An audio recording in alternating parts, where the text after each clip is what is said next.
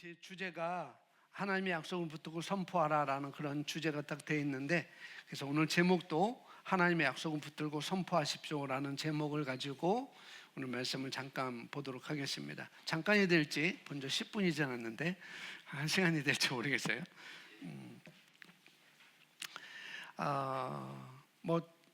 여러분은 어떨지 모르겠지만 저는 우리 두 자녀를 키우는 데 있어서 자녀 양육서를 본 기억은 없는 것 같아요. 근데 이 하은이와 찬우를 어떻게 잘 키울까, 그런 자녀 양육서 본 기억이 없는 것 같고, 또 뭐 잡지나 또 세미나를 참석해 본 적도 없는 것 같아요. 그냥 오로지 교회 사역자로서 오로지 거기에만 그렇게 충실했지, 자녀를 모르겠습니다. 저희 아내의 사모는 그런 자리에 갔는지 모르겠지만은 저는 교회 운동이 있었기 때문에 낮에 집에서 무슨 일을 하고 있는지 좀 모르잖아요. 그래서 뭐 그런 책을 봤는지 그런 잡지를 잡지는 구입해서 본 적이 없는 것 같아요. 뭐 도서관 가서 봤던지, 또 뭐 세미나를 갔는지, 세미나는 그렇게 가지 않은 것 같고.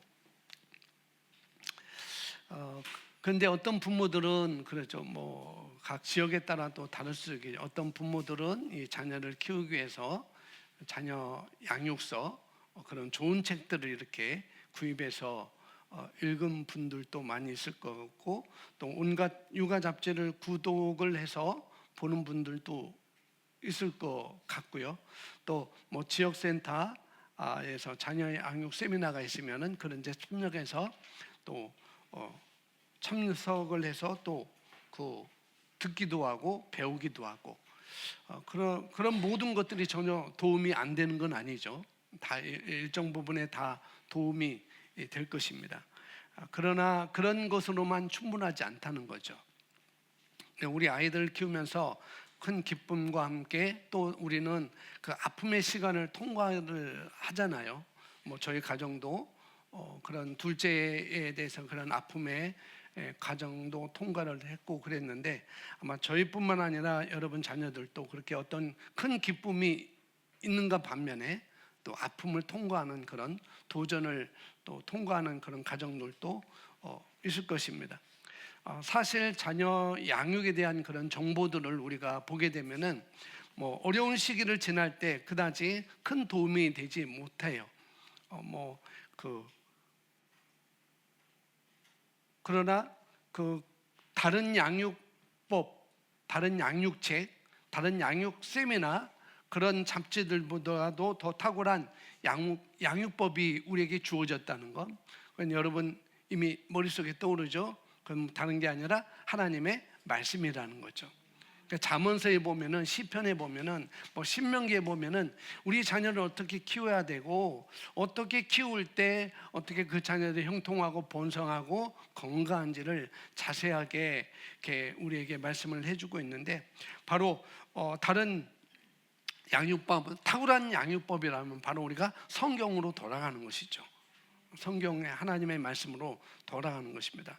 그러니까 하나님의 말씀은 어떤 우리 자녀 양육서, 우리 후손들, 우리 자녀들 양육서보다도 우리 부모를 지탱해 주는 힘이 바로 성경에서 나온다는 것을 볼 수가 있죠. 그래서 먼저 스가랴서 8장 4절에 보면은 이런 말씀이 우리에게 말씀을 해주고 있습니다. 4절 5절인데 함께 읽어보겠습니다. 만군의 여호와가 이같이 말하노라.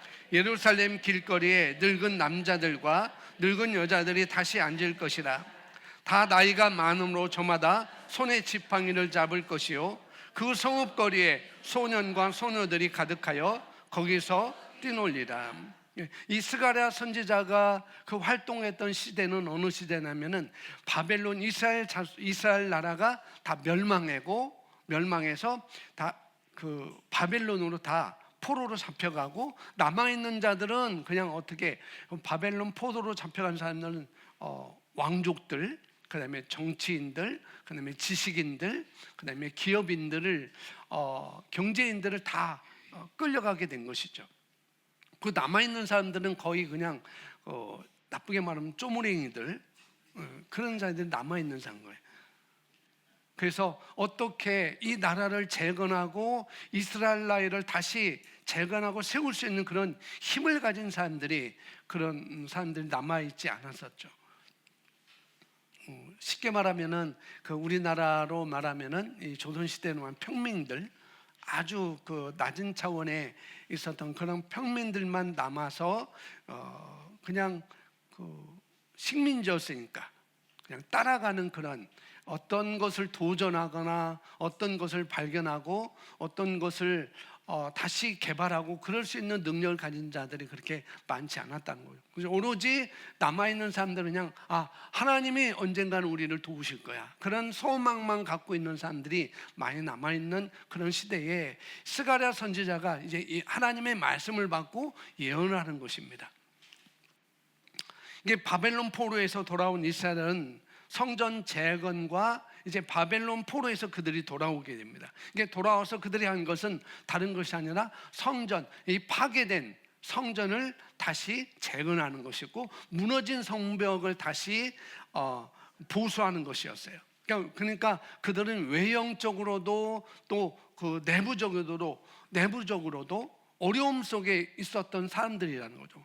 그러니까 고향으로 돌아왔는데 고향이 좀 아주 튼튼하게, 내가 예전에 살던 그 집이 더 건축되어 있고 더 잘 되어 있고 남아있는 사람들이 그 나라를 더 잘 재건했으면 좋을 텐데 그런 상황이 아니었다는 거죠. 더 황폐해지고 더 무너지고 보수할 수 없는 그런 상황이었는데, 미래에 대한 불확실성, 그러니까 돌아왔는데 미래에 대한 불확실성이 있는 것이죠. 기쁨이 없는 것이고 또 그런 두려움이 가득한 시대가 바로 이 스가랴 선지자가 활동했던 시대였다는 거죠. 그런데 스가랴 선지자가 그렇게 말하는 거예요. 전쟁과 파괴로 멸망한 그 도시, 멸망한 예루살렘, 멸망한 이 이스라엘이 그 파괴로 해서 노인들이 살 수 없었던 그런, 그리고 젊은 세대와 소년과 소녀들이 살 수 없었던 그 황폐한 예루살렘에 대해서 지금 이렇게 예언을 하고 있는 것이죠. 하나님은 다시 그 황폐한 성읍에, 그 예루살렘에, 그 망해가는 그 땅에 하나님께서 다시 노인들이 평안하게 길거리에 앉아서 돌아다닐 것이고, 그리고 5절에는 그 성읍거리에 소년과 소녀들이 가득하여 거기서 뭐하냐면 뛰놀 거라는 거죠.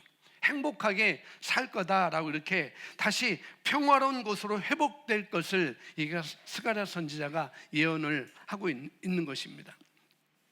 이 말씀은 바로 이스라엘 민족에게 있어서 이 포로 생활에서 돌아왔던 그들에게, 또 남아있던 그들에게 아주 미래에 대한 소망이 있고 활력이 넘치고 하나님의 축복으로 번성할 것을 이렇게 약속하는 말씀이라는 거죠. 이 말씀은 또한 우리에게도 적용되는 말씀이라는 거죠.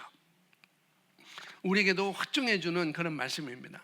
그래서 어느 금쪽이 강사나 또 저희 조카를 보니까, 조카가 아이를 낳았는데 우리가 보려고 하니까 산후조리원에서 3개월 동안 보여주면 안 된다 했대요. 몰라요. 점집에서 그렇게 얘기했는지, 점을 쳐서 그렇게 얘기했는지. 그러니까 3개월 동안 저희 어머니도 증손, 그 외손 증손녀를 봤는데 보지도 못하고, 자기 아빠도 좀 멀리서 보여야 되고, 저희는 보지도 못했어요. 오로지 사진만으로 실물은 보지 못했죠. 이런 시대에 이렇게 살고 있는 이런 시대, 금쪽이 강사나 산후조리원에서 말하는 그 간호사의 말이나 점집에서 말하는 말과 달리 하나님은 우리 상황에 개입하실 것을 이렇게 말씀을 하고 있는 것입니다. 만군의 여호와가 이같이 말하노라. 예루살렘 거리에 늙은 남자들과 늙은 여자들 다시 앉을 것이다. 다 나이가 많음으로 저마다 손에 지팡이를 잡을 것이요. 그러니까 오래 산다는 거예요. 있을 수 없는 그런 상황인데 하나님께서 그렇게 말씀하신다는 거. 그리고 소년과 소녀들이 가득하여서 거기서 뛰놀 것이다라고 이렇게 말씀을 하고 있는 것입니다. 그러니까 하나님은 지금 우리 상황이 어떤 상황이든지 간에 하나님은 반드시 회복하시고 그렇게 회복하기 위해서 우리 삶 가운데 개입하실 거라는 그런 말씀을 여기서 명확히 계시를 해주는 말씀이죠. 그리고 시편, 다윗은 이렇게 시편 138편에서 이렇게 고백을 해요. 이게 다윗의 시인데 이렇게 말합니다. 뒷부분은 제가 써놓지 않았는데 앞부분 읽어보겠습니다. 여호와께서 시작.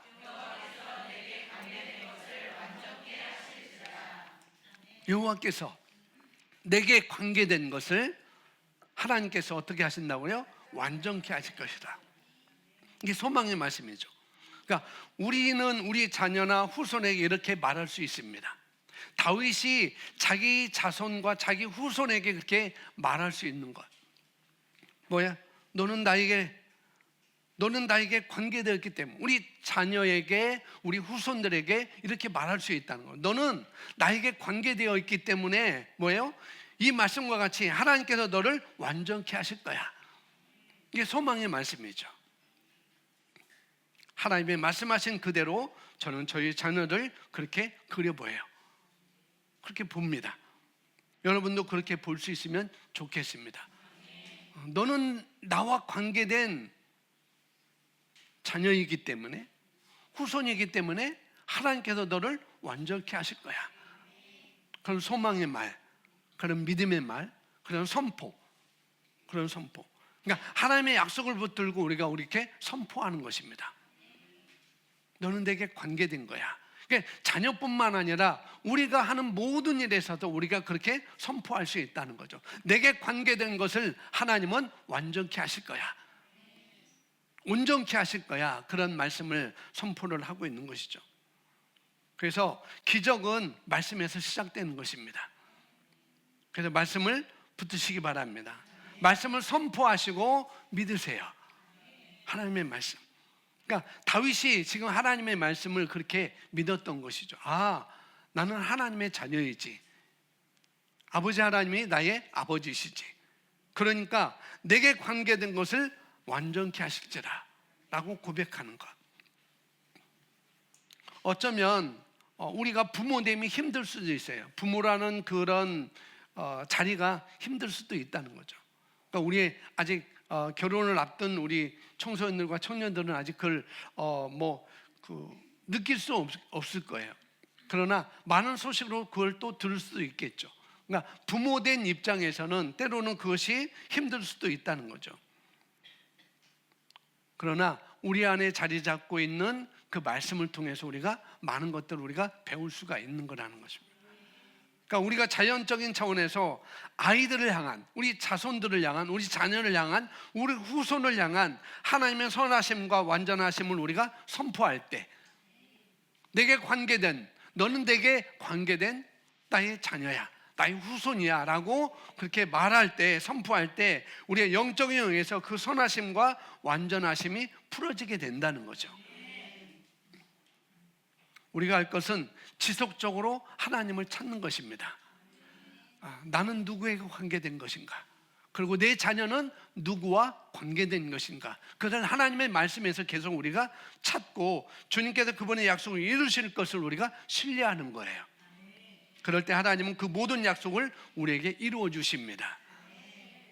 2주 전에 교육자 회의가 있어서 저희가 이제 여러 목사님들과 얘기할 시간이 있었는데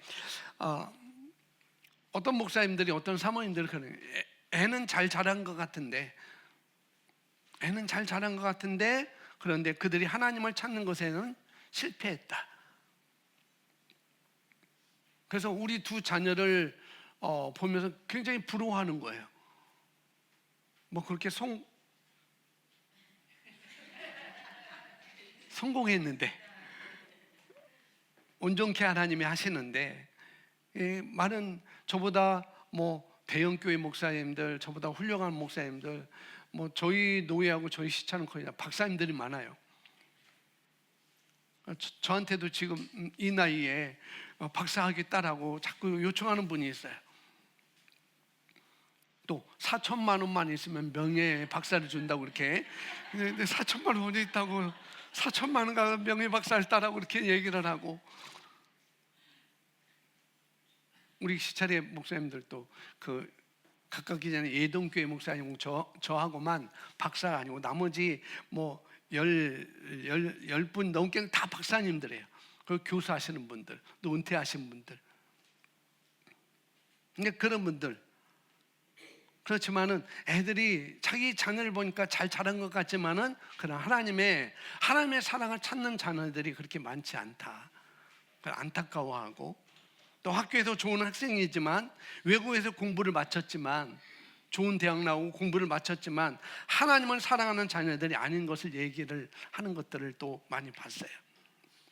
걱정하는 부모들을 보았고, 그것으로 또 그렇게 걱정하고 또 한편으로는 그것으로 만족해하는 그런 부모들을 또 보게 됐어요. 저희 두 자녀는 모르겠습니다. 여러분 어떻게 생각할지 모르겠지만 저희 두 자녀는 잘 자라줬어요. 이제 세 자녀라고 말하기는 조금 그렇고, 하나는 미국으로 갔으니까. 학교에서도 좋은 학생이었고, 또 뭐예요? 하나님을 사랑하는 자녀들로 이렇게 성장했습니다. 네, 앞으로도 우리 부부는 또 여러 가지 여전히 부모로서 여러 가지 도전에 직면할 수 있죠. 뭐냐면 배우자를 선택하는 것, 그 다음에 그들이 결혼하고 그 후에 또 결혼 생활을 어떻게 해야 되는지, 그런 믿음의 싸움이 아직도 저에게는 정말 잘 자라줬고 하나님의 사랑을 또 하는 자들이고, 그렇지만은 앞으로 일어날 그런 여러 가지 선택, 결혼과 결혼 후에 그들의 생활, 가정생활, 이런 모든 것들이 아직까지도 믿음의 싸움은 여전히 우리에게 끝나지 않았다는 거죠. 그러나 날마다 직면하는 그런 상황 속에서 주님의 약속을 붙드는 우리가 씨름을 해야 되는 거죠. 그런 씨름 속에서 우리가 무엇을 선포해야 하는가? 여호와께서 내게 관계된 것을 완전케 하실지라. 내게 관계된 것, 거기에 자녀가 될 수 있고, 여러분이 하는 일이 될 수 있고, 여러분이 직장이 될 수 있고, 직장에서 그 직분이 될 수 있고, 그 위치가 될 수 있고, 또 사업이 될 수 있고, 또 2026년 여러분의 꿈이 될 수도 있고, 그런 것들을 계속 우리가 약속을 붙드는 그런 씨름을 우리가 해야 되는 것이죠. 성경은 우리가 하나님의 약속을 붙들고 선포할 때 주시는 말씀이 있습니다. 히브리서 6장 16절에 이렇게 말씀을 하고 있는데, 16절 같이 읽어보겠습니다. 사람들은 자기보다 더 큰 자를 가리켜 맹세하나니 맹세는 그들이 다투는 모든 일의 최후의 확증입니다. 사람 간의 맹세는 다툼을 끝내는 최종적인 보증이 뭐냐? 맹세라는 거예요. 사람의 맹세, 다툼을 끝내는 최종적인 보증, 그게 맹세라는 것이죠.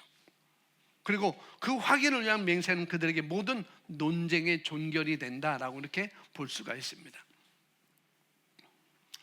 만약 여러분과 내가 어떤 문제, 특히 돈에 관한 문제를 다투고 있다면, 돈에 관한 다툼은 끝도 없이 우리는 다툴 수도 있겠죠. 어떤 사람과. 그런데 논쟁을 멈추고 또 양쪽 모두에게 유리한 상황을 만들 수 있는 방법 중 하나는, 구속력이 있는 합의는 뭐냐? 맹세라는 거죠. 내가 어느 날 어느 시점까지 얼마씩 완제를 할게, 이렇게 바꿔줄게, 그런 맹세를 하는 것, 그것이 맹세죠. 그래서 사람에게 있어서 맹세는 여기 말한 것처럼 최후의 확증이다라고, 이렇게 확정이다라고 말하는 거예요. 분쟁의 종결이라는 거예요. 하나님께서 변치 않은 약속을 보장하기 위해서 스스로 또 우리에게 맹세를 하신 것을 그 뒷구절에서 우리에게 말씀을, 사람도 맹세를 통해서 최후의 종결의 확정을 짓는데, 하나님은 그렇게 할 수 없는 분인데 하나님은 우리에게 그렇게 하셨다는 거죠. 17절 같이 읽어보겠습니다. 하나님의 약속은 기업으로 받는 자들에게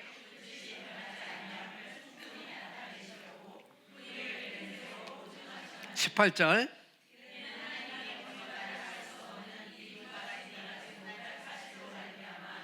앞에 있는 소망을 얻으려고 피난처를 찾는 우리에게 큰 안위를 받게 하려 하십니다. 19절, 우리가 이 소망을 가지고 있는 것은 영혼의 닷 같아서 튼튼하고 견고하여 휴장 안에 들어가나니. 아멘. 19절에 보면 그러니까 소망이 우리 영혼의 닷 같아서 라고 말합니다. 소망이, 우리가 이 소망을 가지고 있는 것은 이 소망이 영혼의 닷 같아서 튼튼하고 견고하여 확실하고 굳건하다라는 그런 의미가 되는 것이죠. 그러니까 영혼으로 번역했는데 원래는 혼입니다. 혼의 닷 같아서. 그러니까 하나님의 약속은, 하나님은 약속을 기업으로 받는 저와 여러분에게, 그래서 우리는 하나님은 약속을 기업으로 받는 우리이기 때문에, 약속을 기업으로 받는 나이기 때문에 우리는 더 이상 흔들림이 없는 것입니다. 우리뿐만 아니라 자녀와 후손들이 확실하고 굳건한 사람들이 될 거라는 거죠. 그러니까 사람들은 확신 있고 굳건한 사람에게 끌리게 되어 있어요. 아, 저 사람 확신 있는 거구나, 저 사람 확신이 있다. 그래서 끌리게 되는 것이죠. 그러니까 성경은 우리의 소망이 혼의 닷이라고 이렇게 말하고 있습니다. 우리가 앞서 이미 언급한 하나님의 맹세할 필요가 없다는 사실에 우리가 주목할 필요가 없어요. 있어요. 우리는 맹세를 하죠. 그 맹세를 통해서 싸움의 다툼을 확정짓죠. 그런데 하나님은 오늘 여기 17절에 하나님의 약속을 기업으로 받는 자들에게 그 뜻이 변치 아니함을 충분히 나타내고 그 일을 맹세로 보증하라. 하나님은 거짓말할 수 없는 이 두 가지 변치 못할 사실로 말미암아 앞에 있는 소망을 얻으려고 피난처를 찾는 우리에게 큰 안위를 받게 하려 하심이라라고 말합니다. 그러니까 하나님은 맹세하실 필요가 없어요. 하나님은 맹세할 필요가 없습니다. 근데 지금 하나님께서 맹세하셨으니, 지금 하나님 맹세하실 필요가 없는데 하나님은 우리에게 맹세를 하셨다는 거예요. 우리에게 두 가지 변하지 않는 것이 있다는 것. 첫째는 하나님의 말씀입니다. 하나님의 말씀. 그러니까 하나님의 말씀은 충분하다는 거죠. 그래서 하나님은 맹세하실 필요가 없어요. 말씀이면 충분하기 때문에. 아마 여러분도 그랬을지 모르겠지만은, 제가 어렸을 적에 만일 누군가 나를 믿지 못한다면 내 아버지 이름으로 맹세할게, 내 아버지 이름을 걸고 내가 말할게, 뭐 그런 적이 많이 있었어요. 왜? 제가 믿지 못하니까, 제가 나를 신뢰하지 못하니까. 그래서 아버지 이름을 걸고 내가 맹세한다, 우리 엄마 이름을 걸고 맹세할게, 약속할게, 이렇게 많이 한 적이 있었습니다. 그러니까 사람들은 그렇게 한다는 거죠. 이 세상 사람들은. 또 세상 사람은 맹세를 원해요. 어떤 확실한 걸 원한다는 거죠. 왜? 우리를 신뢰하지 않기 때문에, 사람을 신뢰하지 않기 때문에. 그래서 사람들은 대부분 맹세에 어떤 것을 묶어놓고 싶어 해요. 맹세해, 약속해. 안 되니까 뭐예요? 약속해, 그 다음에 이렇게 하고 이렇게까지 하는 거잖아요. 믿을 수 없으니까 복사까지 해놓아야 되는 거예요. 약속만 하면 되는데. 사람들은 그렇다는 거죠. 신뢰하지 않기 때문에, 또 맹세에 묻고 싶어 하기 때문에. 그래서 우리의 단순한 말을 신뢰하지 않는다는 거죠, 많은 사람들이. 근데 하나님은 맹세할 필요가 없는데 하나님은 맹세했다는 거예요. 하나님의 말씀으로 충분한데. 그리고 두 번째, 사람은 실패할 수 있지만 하나님은 거짓말하실 수 없다는 것이죠. 자, 여러분은 이제 탄탄한 두 가지를 우리가 얻었습니다. 하나님은 말씀으로 우리에게 맹세하셨다는 것, 그리고 그 하나님은 거짓말할 수 없다는 것. 이 두 가지 탄탄한 그 약속을 우리가 두 가지 갖고 있어야, 하나님은 맹세하실 필요가 없고 하나님의 말씀으로 충분하시지만, 그 말씀으로 충분하지만, 우리가 앞서 읽었던 성읍거리의 소년과 소녀들이 가득하여 거기서 뛰놀 것이다, 그리고 다윗이 고백했던 것, 여호와께 내게 관계된 것을 완전케 하시기라고 맹세했습니다. 그래서 우리 삶에 닥치는 큰 어떤 바람, 폭풍, 회오리, 그런 것뿐만 아니라 매일 만나는 우리가 작은 문제나 갈등, 그 예상치 못한 그런 상황 속에서 하나님의 말씀이 내 혼에 닿치라는 거예요. 어떤 상황 속에서도 이것을 우리가 알아요. 하나님의 말씀은 내 혼에 닿치다. 닿치 뭔지 알죠? 배에 앞에서 정박하기 위해서 그 쇠고랑처럼 이렇게 던져놓거나, 큰 배들은 아주 큰 쇠고랑을 이렇게 앞에서 기계적으로 이렇게 바닷속으로 정박하기 위해서 내려놓는 것. 하나님의 말씀이 우리 어떤 상황이든, 그것이 큰 일이든지 그것이 작은 일이든지, 작은 문제든지 큰 문제든지 하나님의 말씀이 바로 우리 혼에 닿치라는 것. 그래서 우리가 하나님의 말씀에 익숙해지는 것은 영적인 차원에서 보면 폭풍에 대비해서 창문과 문을 재정비하는 것과 같습니다. 그래서 마태복음 7장에 반석 위에 지은 사람과 모래 위에 지은 사람을 말씀을 비교하고 있죠. 큰 풍파가 이럴 때, 홍수가 이럴 때 정말로 그 창문과 문을 재정비하는 것이 뭐냐? 하나님의 말씀이라는 것. 하나님이 이렇게 경고했습니다. 내 백성이 지식이 없으므로 망하는도다. 지식이 없으므로. 그러니까 우리가 부모로서, 우리가 조부모로서 하나님께서 우리 자녀 후손에 대해 어떻게 말씀하셨는지 모른다면 우리의 믿음의 기초는 부실해질 수밖에 없는 거라는 거죠. 갑자기 내 삶에, 갑자기 우리 자녀나 후손의, 그런 자손의 삶에 거친 바람이 불어 닥치더라도 우리가 무기력하게 어떻게 해요? 무너질 수밖에 없다는 거죠. 이 하나님의 말씀에 대한 그 닻을, 혼의 닻을 우리가 내리지 않으면, 때는 우리가 그러지는 않겠죠. 그러지 않겠죠. 부모됨을 포기하는 것, 그러지는 않을 것입니다. 자녀를 놓아 버림으로써 이제는 얘는 어떻게 할 수 없어. 내 손에서 같이 살고 있지만, 내 자녀이지만 내 손에서 이제는 떠나버렸어. 이렇게 자포자기하고 싶어진 유혹이 우리가 시달릴 수도 있다는 거죠. 때로는. 그러나 절대 포기하지 말라는 거예요. 도리어 우리가 주도권을 우리가 잡아야 됩니다. 좌절버리고 소망을 붙잡고 다시 집중하고 주님을 바라보는 데 우리가 가야 될 거라는 거죠. 다시 믿음으로 우리가 굳게 서서 어떻게 우리 자녀들이 하나님께 속하였음을 우리가 주장하는 것입니다.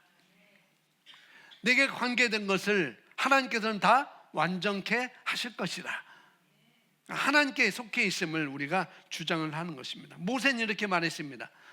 출애굽기 10장 8절에, 자, 8절부터 11절까지 긴 구절인데 많지만 함께 읽어보겠습니다. 모세와 시작. 모세와 아론을 바로에게 다시 데려오니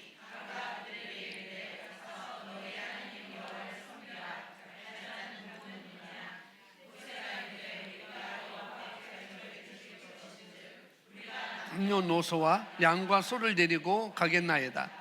바로가 그들에게 이르되 내가 너희와 너희 어린 아이들을 보내면 여호와가 너희와 함께함과 같으니 보라, 그것이 너희에게는 나쁜 것이니라. 그렇게 하지 말고 너희 장정만 가서 여호와를 섬기라. 이것이 너희가 구하는 바니라. 이에 그들이 바로 앞에서 쫓겨나느라.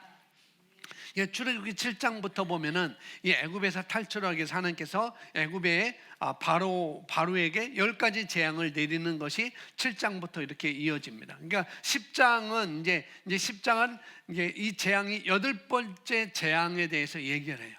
메뚜기 재앙. 메뚜기가 와가지고 그들의 농작물을 다 갉아먹는 거예요.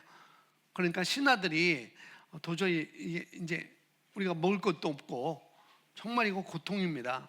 왕이시여, 저 모세의 말대로 그냥 그들의 민족을, 그들의 사람들을 그냥 가게 내버려 주세요. 그런 요청을 이제 신하들이 하게 되죠. 그러니까 이제 바로가 이제 그들을 불러오라고 얘기해서 협상을 하는 거예요. 그러니까 모세는 왕을 찾아가서 이스라엘 자손을 보내줄 것을 요청합니다. 남녀노소, 그 다음에 가축들 다 내보내주세요. 다 보내세요. 그냥 우리가 가는 곳에 가게 해주세요 라고 말하니까 바로는 모세가 분명히 그렇게 말했음에도 불구하고 바로는 누가 갈 거냐 다시 물어요. 뭐 기가 먹었는지 모르겠지만 분명히 모세는 남녀노소 가축을 우리가 데리고 가겠나이다 라고 말했는데 바로는 아니야, 누가 갈 거냐 라고 말합니다. 그러면서 뭐예요? 너희 장정만 데리고 가. 바로가 이렇게 요구를 합니다. 묻습니다. 장정만 가서 여호와를 섬기면 되지 않겠니? 그렇게 타협안을 제시해요. 그러나 모세는 우리는 반드시 자녀들과 함께 가서 하나님을 예배할 것이다 라고 이렇게 선포를 하는 것이죠. 그러니까 이러한 결단, 지금 바로 왕은 그 당시 최고의 권력자 이 바로인데 그 앞에서 남녀노소 가축을 내가 데리고 가겠나이다 라고 말하는데 바로 왕은 아니야, 장정만 데리고 가, 나머지는 다 놓고 가, 그렇게 하는데 아닙니다, 우리는 우리 자손들까지 다 데리고 가겠습니다 라고 선포를 하는 것이죠. 이런 결단에 대해서, 이런 결단, 우리 안에 이런 믿음이 일어나고 있는지, 내 안에서 이런 믿음이 일어나고 있는지. 그래서 더 이상 생각에만 멈추지 마시고 여러분의 가정을 향해 하나님의 승리를 선포하시기 바랍니다. 내 가정을 위해서, 내 후손을 위해서, 내 자녀를 위해서 그런 믿음의 말을, 승리를 선포하는 것이죠. 3월 한 달 동안 이제 우리가 자녀를 위한 부모기도회가 선포되는 말씀에서 여러분 잘 계시봐요. 그전에는 시편 말씀 가지고 있는데 여러분 여러 말씀 가지고 제가 책을 보면서 이 말씀이 정말 이번 기도에 좋은 말씀이겠다라고 싶은 것들을 다 추려 가지고 지금 이제 작업을 하고 있는데 그런 선포되는 말씀을 잘게 씹어서 충분히 여러분이 소화하시기 바랍니다. 그리고 그 말씀이 여러분의 일부가 되게 하시기 바랍니다. 하나님의 약속이 무엇인지 정확히 알고 여러분의 자녀, 후손을 위해 믿음의 선한 싸움을 싸우는 시간입니다. 그러면 반드시 여러분은 이길 수 있습니다. 승리가 눈앞에 보일 것이고요. 그러니까 여러분 마음에 소망과 믿음의 불을 일으키는, 내 마음에 소망과 믿음의 불을 일으키는 하나님의 말씀을 기대하시기 바랍니다. 그 말씀 안에는 하나님의 사람들과 자녀들 향한 그런 수많은 약속들이 들어있어요. 이건 단지 어려운 시기에 가정적인 어떤 위로를 주는 말씀이 아니라는 거죠. 이 말씀은 하나님의 자녀인 우리와 우리 후손을 향한 하나님의 마음에 대한 강력한 계시가 우리에게 주어지는 시간입니다. 그래서 우리가 주님의 말씀을 선포할 때 하나님은 우리 가정에 놀라운 기적들을 행하실 거라는 거죠. 그래서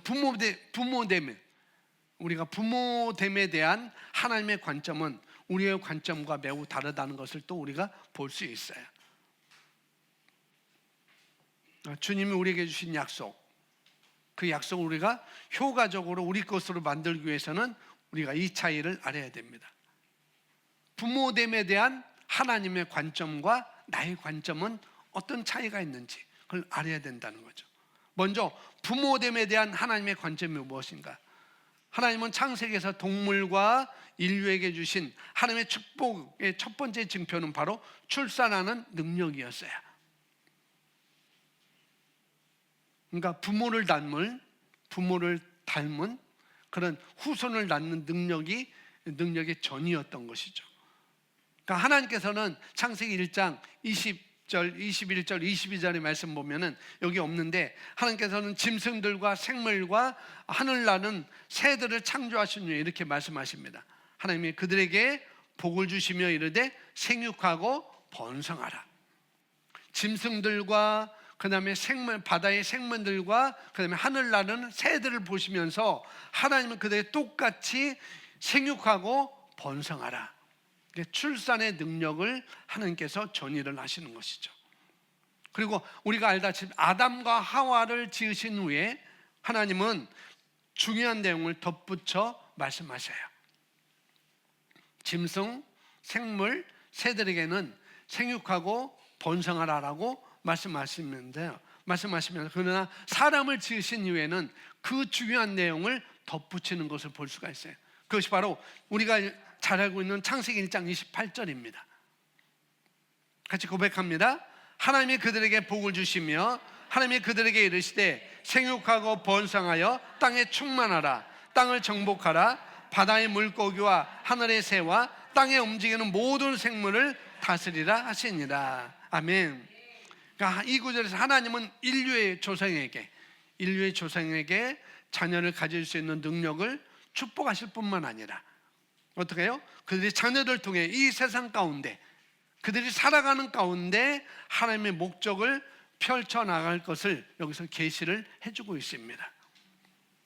하나님은 복을 주시며 하나님은 그들에게 복을 주시며 은혜의 숫자인 5가지를 말씀해 주셔요. 첫째, 생육하라.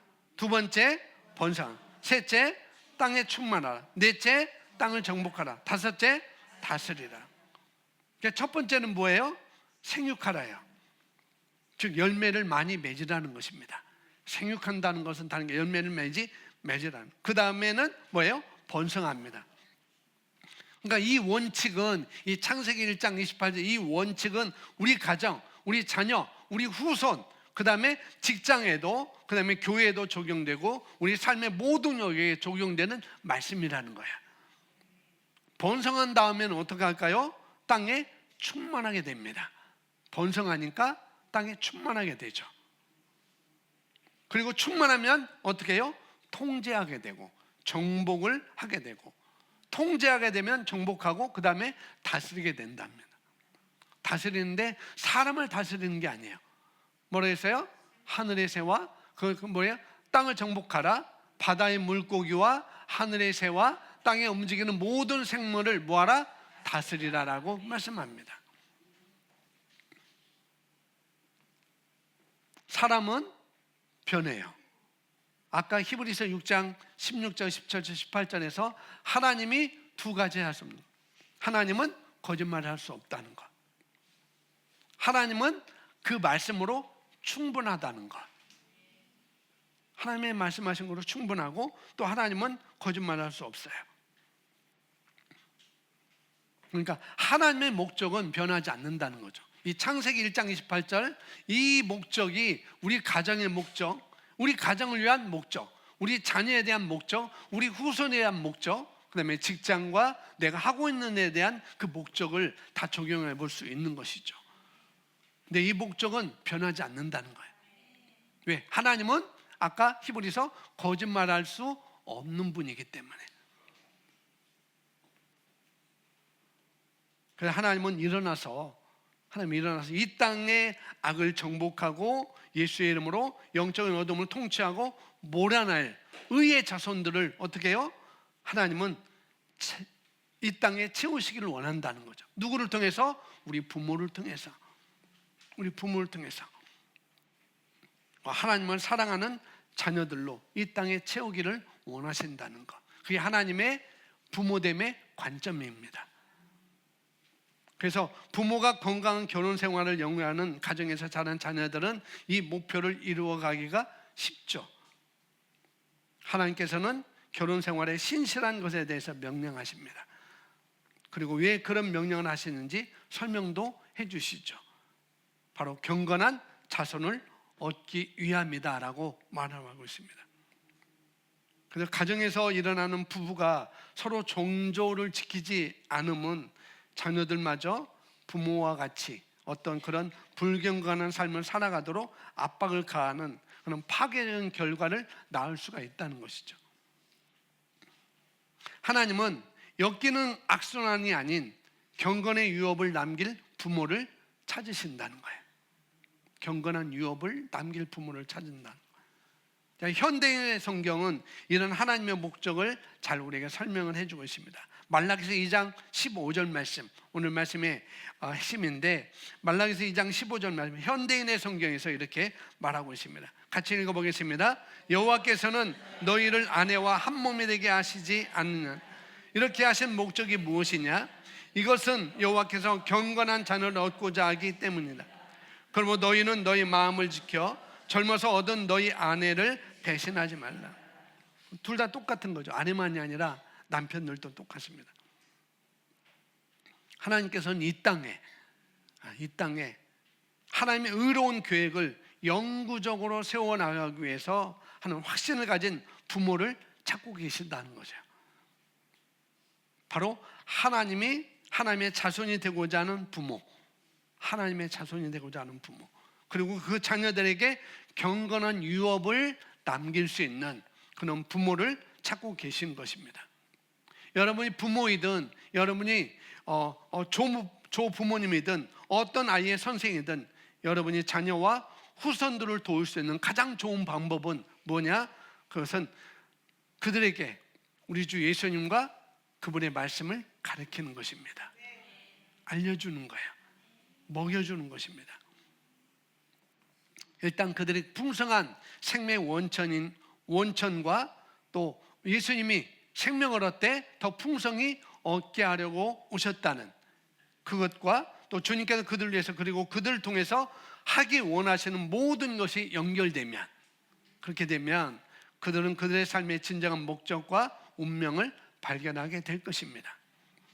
우리 기독교 성경 컨퍼런스에서 두 번째 세션에서 뭐예요? 우리의 정체성과 사명에 대해서 말씀해 주셨죠. 우리의 정체성, 하나님을 닮은 사람. 우리 부모됨의 정체성 뭐예요? 하나님의 경건한 자녀를 낳는 것. 그것이 우리 부모됨의 정체성입니다. 그리고 그것이 또 사명이에요. 정체성과 사명을 같이 말을 하고 있습니다. 그래서 그들의 삶의 진정한 목적과 운명을 우리가 발견을 하게 하는 것. 우리 자녀들은 하나님의 마음에 매우 소중한 사람들이에요. 그런 자녀들입니다. 그러니까 하나님의 열망, 하나님의 목적은 어디에 있느냐? 그들이 번성하고 강건하게 살며 건강하게 사는 것입니다.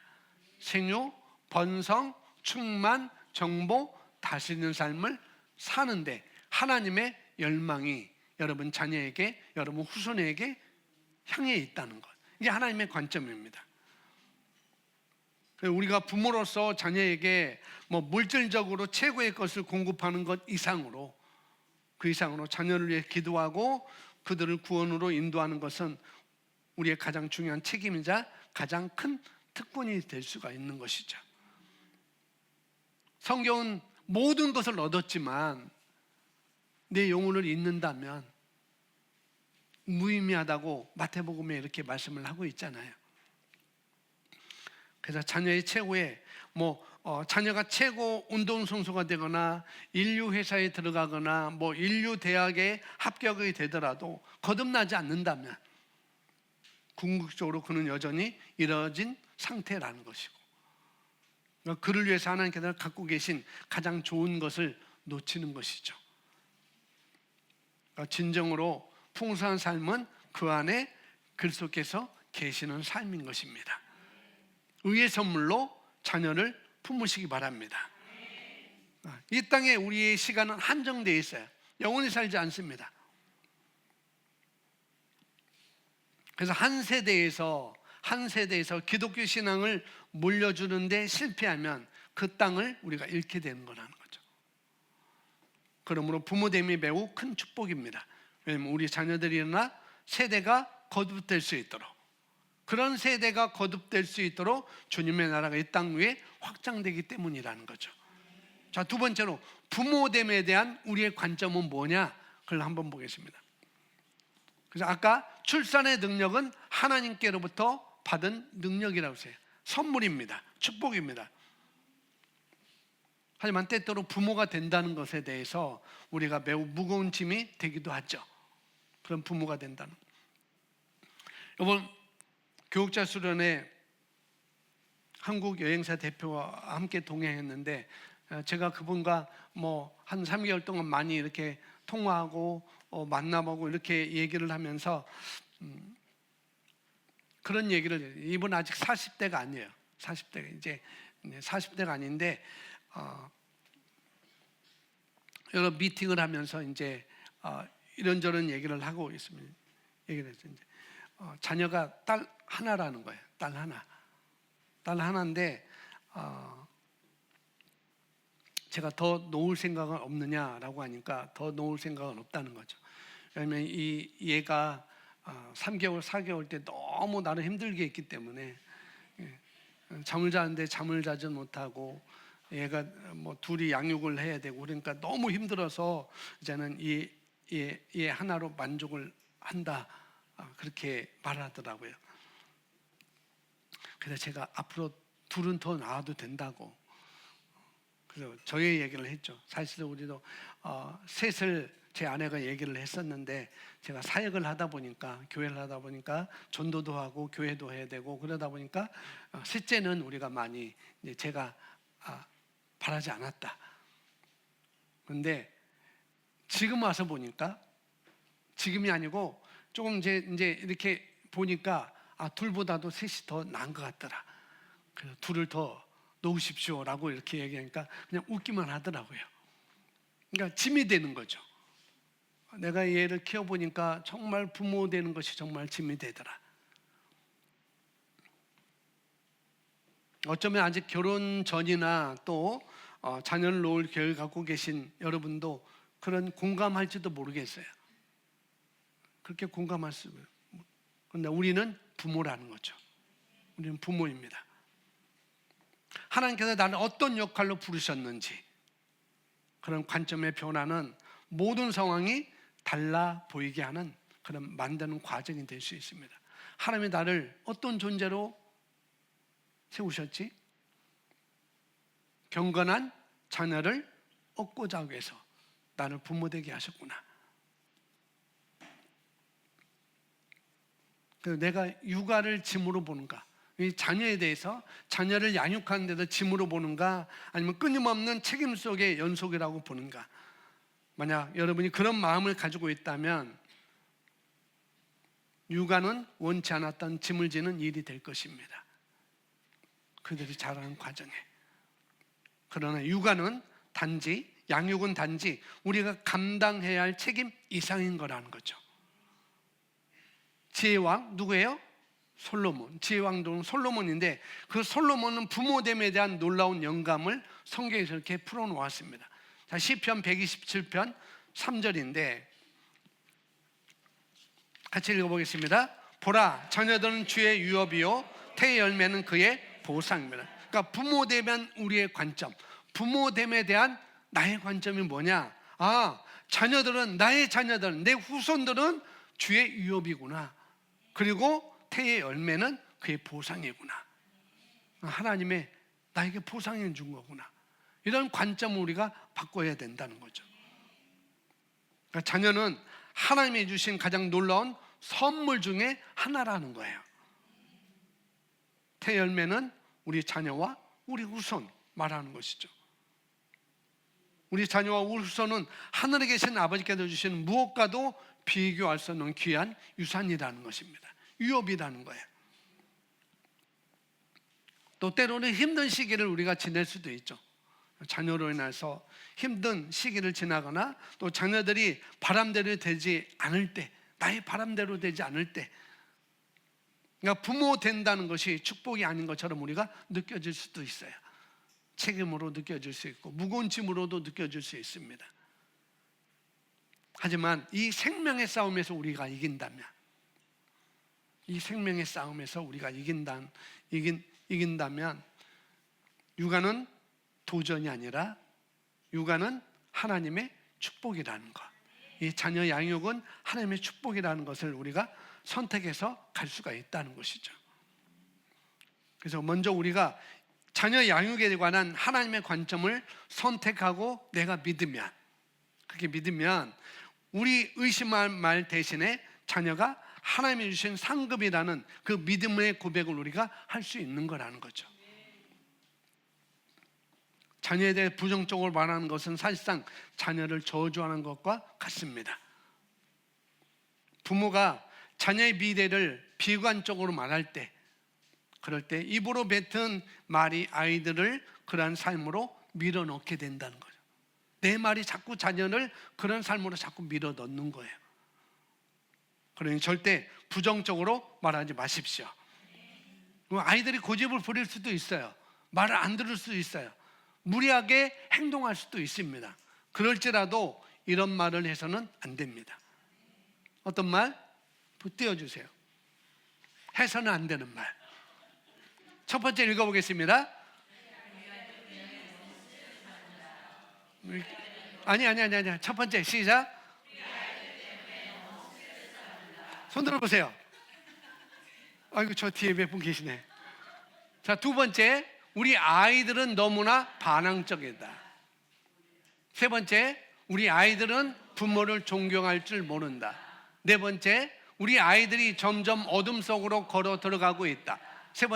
그 다음에 우리 아이들이 원수의 손에 잡혔다. 그 다음에 우리 아이들은 절대 삶에서 성공하지 못할 것이다. 뭐 이런 말은 잘 하지 않겠죠. 그 다음에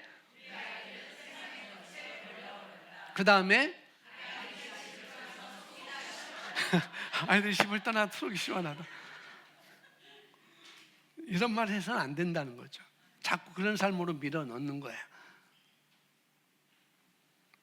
이런 말을 지속적으로 하거나 생각하면 아이들의 심령이 의심, 그 다음에 절망, 분노의 삼겹줄로 엮이게 되는 거예요. 이렇게 자녀를 묻는 언행을 당장 즉시 버리고 그 반대 것으로 엮기 시작하십시오.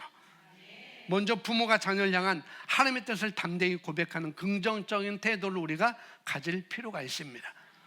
그래서 반대되는 말 함께 보도록 하겠습니다. 함께 있습니다. 시작.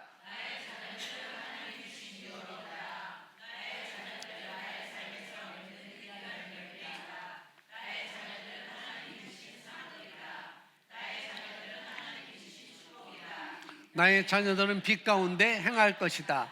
나의 자녀들은 하나님의 손에 아멘. 그렇게 하실 수 있으시죠? 그 다음에 또 있습니다. 시작. 나의 자녀들은 부르심을 이루게 될 것이다. 나의 자녀들은 하나님께 쓰임받고 이 세상을 변화시킬 것이다. 나는 나의 자녀들과 변치 않는 가치를 닮은 관계를 발전시켜 나갈 것이다. 우리가 이렇게 고백하는 것입니다. 필요한 분은 우리 준용 선생님한테 이거 카톡으로 보내달라고 이렇게 보내줄 거예요. 그래서 솔로몬이 보라, 내 자녀는 나의 후손은 주의 유업이다. 하나님의 유업이다. 하나님의 유산이다. 그리고 태열매는 그의 보상이다 라고 솔로몬이 얘기했어요. 그래서 이 말씀을 내가 진심으로 믿지 않는다면 이런 선포를 우리가 할 수 없는 것이죠.